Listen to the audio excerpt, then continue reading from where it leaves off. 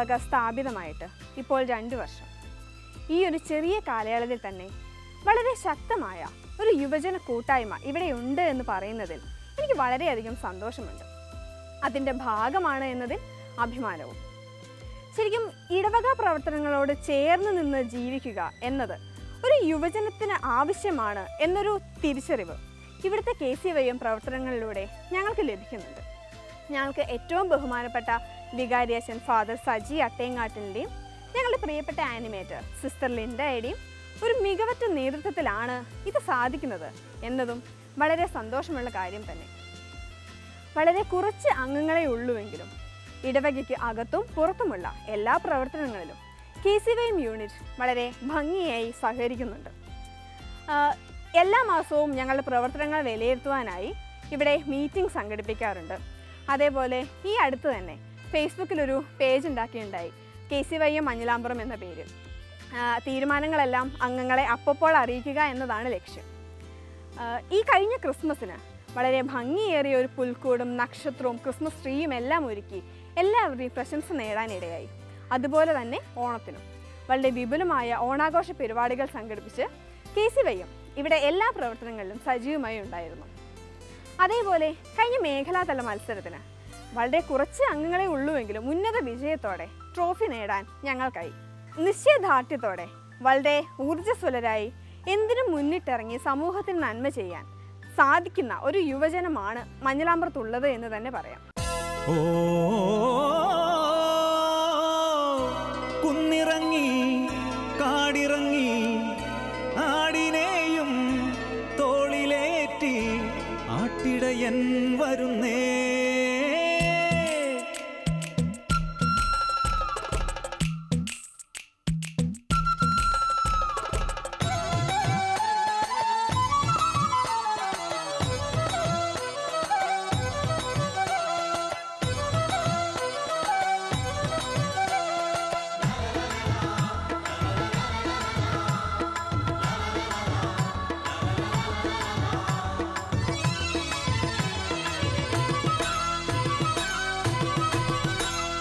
കിഴക്ക് കിഴക്ക് മല തെളിഞ്ഞു വരും നേരത്ത് പതുക്കെ പാടത്ത് കിളി പറന്നു വരും കാലത്ത് ദൂരെ താഴ്വാരങ്ങളിൽ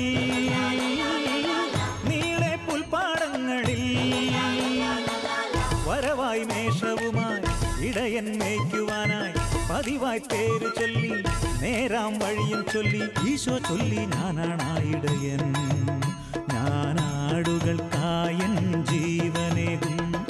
കിഴക്ക് കിഴക്ക് മല തെളിഞ്ഞു വരും നേരത്ത് പതുക്കെ പാടത്ത് കിളി പറന്നു വരും കാലത്ത് ദൂരെ താഴ്വാരങ്ങളിൽ നീളെ പുൽപ്പാടങ്ങളിൽ വരവായി മേഷവുമായി ഇടയൻ മേയ്ക്കുവാനായി പതിവായി പേര് ചൊല്ലി നേരാം വഴിയും ചൊല്ലി ഈശോ ചൊല്ലി ഞാനാണായിടയൻ ഞാനാടുകൾക്കായൻ ജീവനേകും.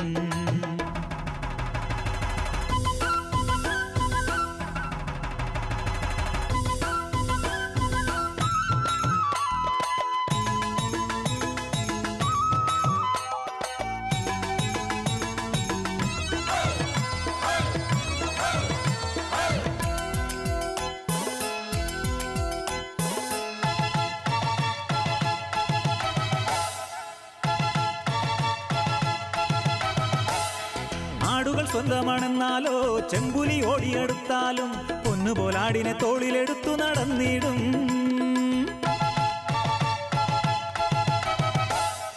ആടുകൾ സ്വന്തമാണെന്നാലോ ചെമ്പുലി ഓടിയെടുത്താലും പൊന്നുപോലാടിനെ തോളിലെടുത്തു നടന്നിടും.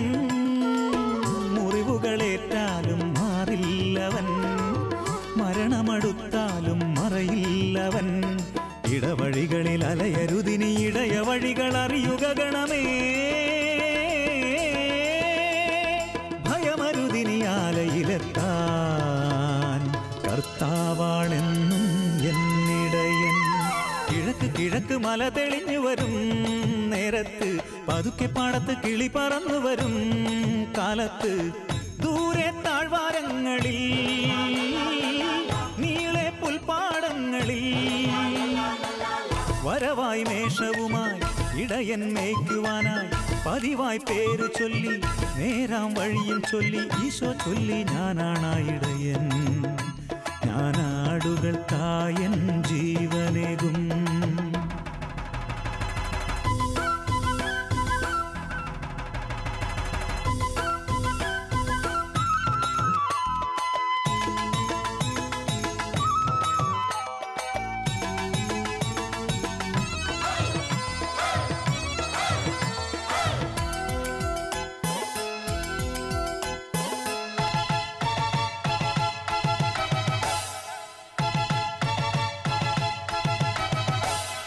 ആടുകൾ സ്വന്തമല്ലെങ്കിൽ അവൻ ചെന്നായി വരുന്നതു കാണുമ്പോൾ ഓടിയൊളിക്കും ആടിനെ വിട്ട് ദൂരങ്ങളിൽ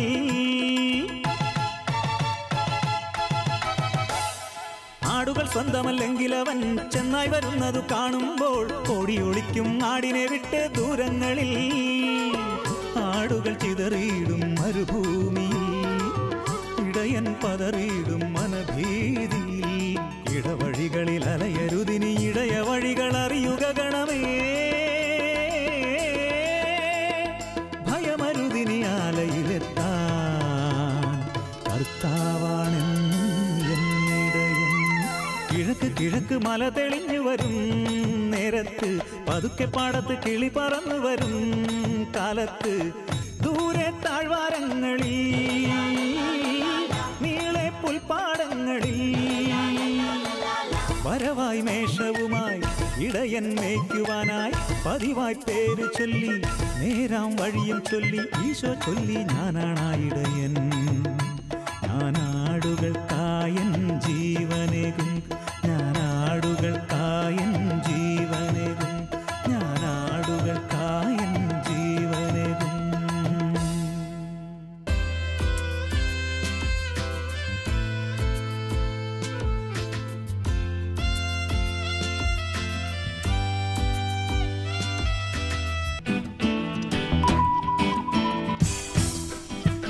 ഞങ്ങളുടെ പ്രിയങ്കരനായ സജിയച്ചൻ്റെ നേതൃത്വത്തിൽ ഈ ഇടവകയിൽ അത്ഭുതകരമായ നേട്ടങ്ങളാണ് നടന്നുകൊണ്ടിരിക്കുന്നത്.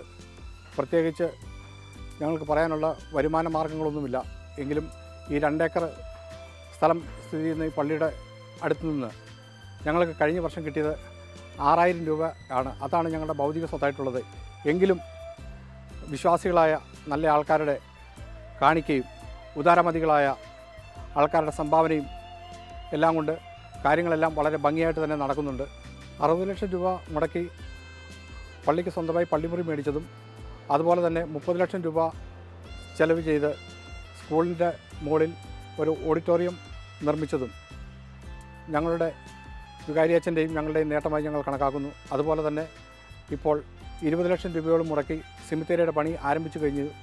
എന്നിരുന്നാൽ പോലും ഞങ്ങൾക്ക് പ്രാഥമിക കുട്ടികൾക്ക് വേദപഠനത്തിന് ഞങ്ങൾക്ക് സൗകര്യങ്ങളില്ല. അതുപോലെ പാരിഷ് ഹാളില്ല. അതൊക്കെ ഉടനെ തന്നെ കണ്ടെത്തേണ്ടിയിരിക്കുന്നു. ഏതായാലും നല്ലവരായ വിശ്വാസികളുടെ സഹായത്തോടെയും നമ്മുടെ ഇപ്പോൾ ഇടവകയിലുള്ള 146 അംഗങ്ങളുടെ സഹായത്തോടെയും ഈ കാര്യങ്ങളൊക്കെ വളരെ ഭംഗിയായി തീരുമെന്ന് ഞങ്ങൾ പ്രത്യാശിക്കുന്നു. ഇപ്പോൾ ഞങ്ങളുടെ ഇടവകയിലുള്ളത് 146 കുടുംബാംഗങ്ങളാണ്.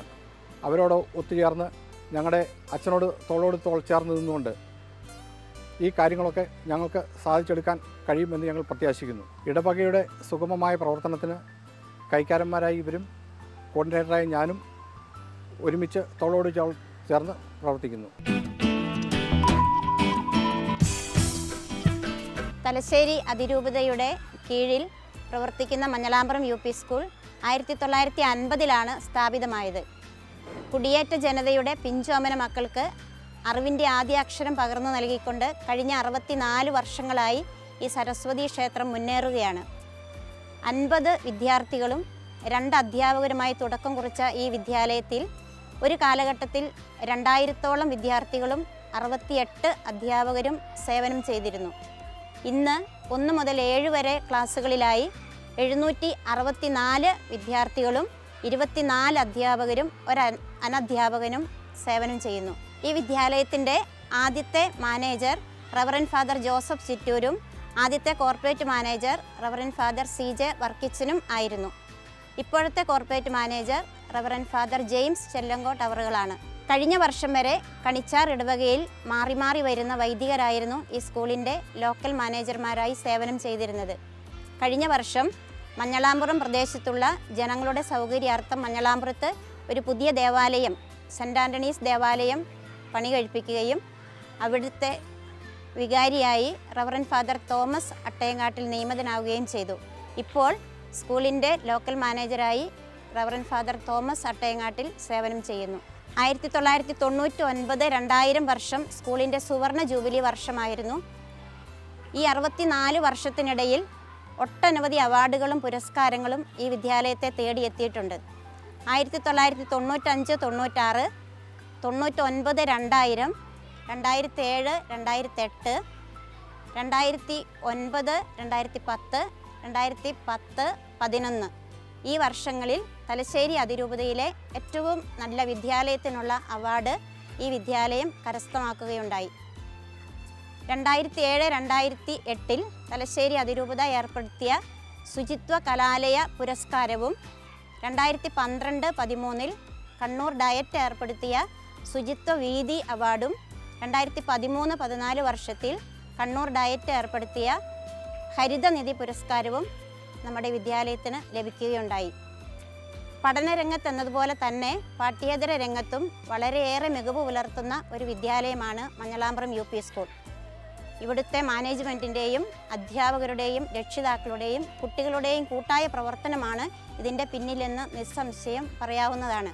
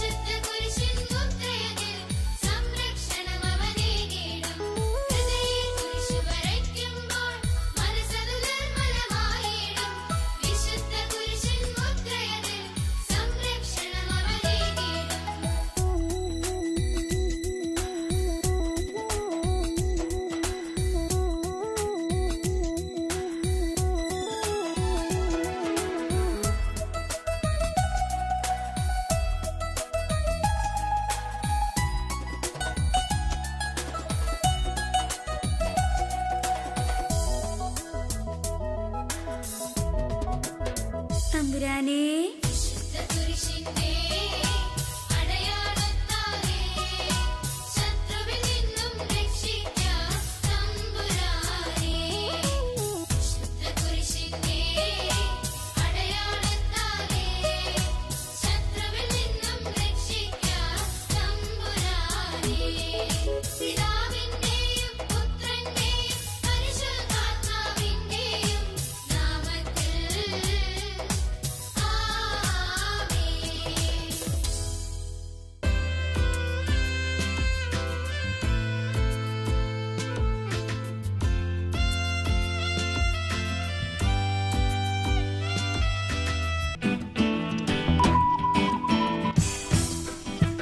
ഇവിടെ ഇടവക പ്രഖ്യാപനം നടന്ന ഉടനെ തന്നെ അടുത്ത മാസം തന്നെ ഞങ്ങൾ വിൻസെൻ്റ് ഡി പോളിൻ്റെ കോൺഫറൻസ് സ്ഥാപിച്ച് പ്രവർത്തനം ആരംഭിച്ചു.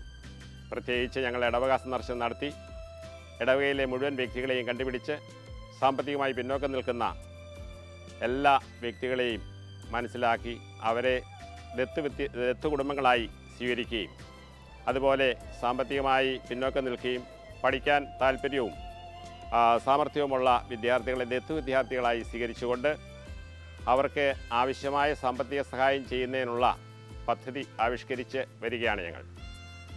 ഇപ്പോൾ ഞങ്ങൾ ചെയ്തുകൊണ്ടിരിക്കുന്നത് ചികിത്സാ സഹായവും അതുപോലെ വിദ്യാഭ്യാസ സഹായവും പിന്നെ സാധു യുവതികൾക്ക് വിവാഹത്തിനുള്ള സഹായം അതുപോലെ തന്നെ ഭവന നിർമ്മാണത്തിനുള്ള സഹായം ഇങ്ങനെയുള്ള കാര്യങ്ങൾ ആവശ്യമായ ആളുകളെ മനസ്സിലാക്കി അവർക്ക് സഹായം ചെയ്യാനുള്ള പദ്ധതികൾ ആവിഷ്കരിച്ച് പ്രവർത്തിച്ചു വരികയാണ്.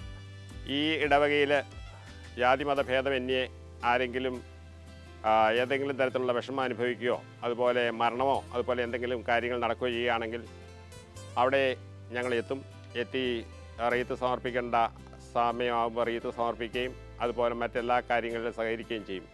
ഇടവകയുടെ ആധ്യാത്മികവും ഭൗതികവുമായ എല്ലാ ഉന്നമനത്തിനും വേണ്ടി വികാരിച്ചനോട് ചേർന്ന് നിന്നുകൊണ്ട് പ്രവർത്തിക്കുന്ന ഒരു ശൈലിയാണ് ഞങ്ങൾ തുടർന്ന് വരുന്നത്. ജീവിതത്തിൻ്റെ നാനാതുറകളിൽ പുരോഗതിയുടെ വിത്തുപാകിയവരാണ് ആദ്യകാല കുടിയേറ്റക്കാർ. പ്രാർത്ഥനയും അധ്വാനശീലവും ശീലമാക്കിയവർക്ക് നമ്മളോട് എന്താണ് പറയാനുള്ളതെന്ന് നോക്കാം. ഇന്ന് നമ്മളോടൊപ്പം നമ്മുടെ പ്രിയപ്പെട്ട അപ്പച്ചനായ മത്തായി ചേട്ടനും ഏലിയാമ്മ ചേർത്തിയുമുണ്ട്. ഇവരെ നമുക്ക് പരിചയപ്പെടാം. എന്താണ് മലബാറിനെ കുടിയേറാനുള്ള കാരണം? മലബാറിൽ കുടിയേറാനുള്ള കാരണം എൻ്റെ അപ്പന് വലിയൊരു ഉദ്ദേശം ഉണ്ടായിരുന്നു, മക്കൾക്ക് കുറേ മണ്ണ് സമ്പാദിച്ചു കൊടുക്കണം. പിന്നെ കുറച്ച് കപ്പയിട്ട് ഇഷ്ടംപോലെ കപ്പ ഇടണം, പിന്നെ കൃഷി ചെയ്ത് നെല്ലുണ്ടാക്കണം. ഇതൊക്കെ കാരണങ്ങളാണ് മലബാറുകാരൻ കാരണം. ആദ്യം ഞങ്ങൾ വീഴുന്ന ഓടന്തോടെന്ന് പറയുന്ന സ്ഥലത്താണ്. അവിടെ പറമ്പിൽ കാട്ടാന കയറുമായിരുന്നു, കാട്ടുപന്നി വരുമായിരുന്നു, മ്ലാവ് കയറുമായിരുന്നു. ലാസ്റ്റ് അങ്ങനെ അവിടെ പിടിക്കൊണ്ടിരിക്കുമ്പം വീടിനോട് ചേർന്ന് തൊട്ട് താഴെയായിട്ട് ആട്ടുംകൂടുള്ളത്. രാത്രി ഒന്നുറങ്ങി തെളിയല്ല, അതിന് മുമ്പേ ആട് കിടന്ന് വേഗം വെക്കുന്ന കേൾക്കാം. അപ്പൻ്റെ പേരൊക്കെ എടുക്കുകയും ഓടി ചാടി ചെന്ന് ഇവിടെ തപ്പി നോക്കുമ്പം കൈ നിറയെ രക്തം. വിളക്ക് കത്തിച്ചുകൊണ്ട് വായോ എന്ന് പറയും. വിളക്ക് കത്തിച്ചെല്ലുമ്പോൾ പുലി അതിൻ്റെ വഴിക്ക് പോയി. അപ്പൻ്റെ കൈ നിറയെ ചോര. അന്നത്തെ പ്രാർത്ഥനയെക്കുറിച്ചൊന്ന് ഞങ്ങളോട് വിവരിക്കാമോ? അത് അന്നായിരുന്നാലും ഇന്നായിരുന്നാലും ദൈവത്തെ ഓർമ്മ കുറവില്ല. എൻ്റെ അപ്പനും അമ്മയും അങ്ങനെ പഠിപ്പിച്ചുകൊണ്ട് വന്നു. ദൈവത്തെ ഓർമ്മ കുറഞ്ഞേച്ചിട്ട് ജീവിക്കണമെന്നുള്ള ഒരു ഉദ്ദേശവുമില്ല. അന്നുമില്ല, ഇപ്പോഴുമില്ല. അന്ന് രാവിലെ ഞാൻ പറഞ്ഞില്ലേ, വെളുക്കുന്നതിന് മുമ്പ് പള്ളിയിൽ ചെന്ന് തൊണ്ടിപ്പള്ളി ചെന്നിരിക്കുമ്പോൾ തലക്കോഴി പോകും. അപ്പനും അമ്മയും കൂടെ കയ്യെ പിടിച്ചുകൊണ്ട് കൊണ്ടുപോകും. അത് കഴിഞ്ഞ് തിരിച്ച് വീട്ടിൽ വരുമ്പം കുർബാനയെല്ലാം കഴിഞ്ഞ് അന്ന് കോഴിക്കോടുകാരൻ റോട്ടി സച്ചൻ എന്ന് പറഞ്ഞൊരു അച്ഛനാണ് അന്ന് അവിടെ ഇരിക്കുന്നത്. അപ്പോൾ ഇത്രയും ഇങ്ങനെ നടന്ന് പള്ളിയിൽ പോകണമല്ലോ എന്ന് ഓർത്തിട്ട് കുറേ നാൾ കഴിഞ്ഞപ്പോൾ എൻ്റെ അപ്പനും എടത്താഴെ കുര്യാച്ചൻ എന്ന് പറയുന്ന ഒരാളും പന്തപ്ലാക്ക കൊച്ചേട്ടൻ എന്ന് പറയുന്ന ഒരാളും കൂടെ അധ്വാനിച്ച് അങ്ങനെ ഇങ്ങനെ പിരിവെടുത്ത് ഓടന്തോട്ടിൽ ഒരു പള്ളി ഉണ്ടാക്കി. ആ പള്ളി കുറച്ച് ചെറുതായതുകൊണ്ട് കുറേ നാൾ കഴിഞ്ഞപ്പോൾ അത് പൊളിച്ചപ്പം വേറെ വലിയ പള്ളി കൊണ്ടിരിക്കുന്നു ഓടന്തോട്ടിൽ. അപ്പോഴൊക്കെ രോഗങ്ങളൊക്കെ വരുമ്പോൾ എങ്ങനെയാണ് ചികിത്സിച്ചുകൊണ്ടിരുന്നത്? അതുപോലെ തന്നെ പ്രാർത്ഥന അതിനെ എത്രത്തോളം സ്വാധീനിച്ചു എന്നൊന്ന് വിവരിക്കാവോ? പ്രാർത്ഥനയെ ഞങ്ങൾ നടത്തും. അത് കഴിഞ്ഞ് ഡോക്ടറെ കാണാൻ പോകും. അപ്പം വലിയ ഗുരുകുള കൊച്ചു ഗുരുകുള ഇങ്ങനെ രണ്ട് വൈദ്യന്മാരാ പേരാവരുള്ളത്. അവിടെ ചെന്ന് കൊയിനാകലയ്ക്ക് ഏതാണ്ട് കുറേ മരുന്ന് മേടിക്കും, കൊണ്ടുവരും, കുടിക്കും. അപ്പോൾ അങ്ങനെ ആകുമ്പോൾ കുറവ് വരും. അങ്ങനെ അങ്ങ് കഴിച്ചു കൂട്ടിക്കും. അത് കഴിഞ്ഞ് തീരെ നിവൃത്തിയില്ലാതെ വരുമ്പോൾ മട്ടന്നൂർ പോയിട്ട് BR നായർ എന്ന് പറഞ്ഞൊരു നായരുണ്ട്, അയാളെ കൊണ്ടുവരും. അയാൾ വന്ന് ചികിത്സ നടത്തി കഴിഞ്ഞാൽ കുറവായി. അങ്ങനെ അങ്ങ് പോയത്. ഇന്നത്തെ ഈ അവസ്ഥയിൽ നിന്ന് ഒന്ന് പുറകോട്ട് ചിന്തിക്കുമ്പോൾ പ്രാർത്ഥന അപ്പച്ചൻ്റെ ജീവിതത്തെ എത്രമാത്രം സ്വാധീനിച്ചു? പ്രാർത്ഥന കൊണ്ടാണ് ഞാൻ ഇവിടെ വരെ എത്തിയിരിക്കുന്നതെന്നുള്ള വിശ്വാസത്തിലാണ് എൻ്റെ പോക്കും കൂടി. എൻ്റെ കുടുംബം പ്രാർത്ഥനയ്ക്ക് ഒട്ടും കുറവല്ലായിരുന്നു. അങ്ങനെ പോകുന്നു. ഇപ്പം ദൈവം അനുകരിച്ചിട്ട് എനിക്ക് 4 ആൺപിള്ളേരും 2 പെൺപിള്ളേരും ഉണ്ട്. ദൈവം അനുകരിച്ചിട്ട് യാതൊരു കുഴപ്പമില്ലാണ്ട് കഴിച്ചു. അടിയുറച്ച ദൈവവിശ്വാസമാണ് കുടിയേറ്റ ജനതയുടെ ജീവിതത്തെ സ്വാധീനിച്ചത്. ഈ ദൈവവിശ്വാസം കൈമുതലാക്കി നമുക്കും സഞ്ചരിക്കാം.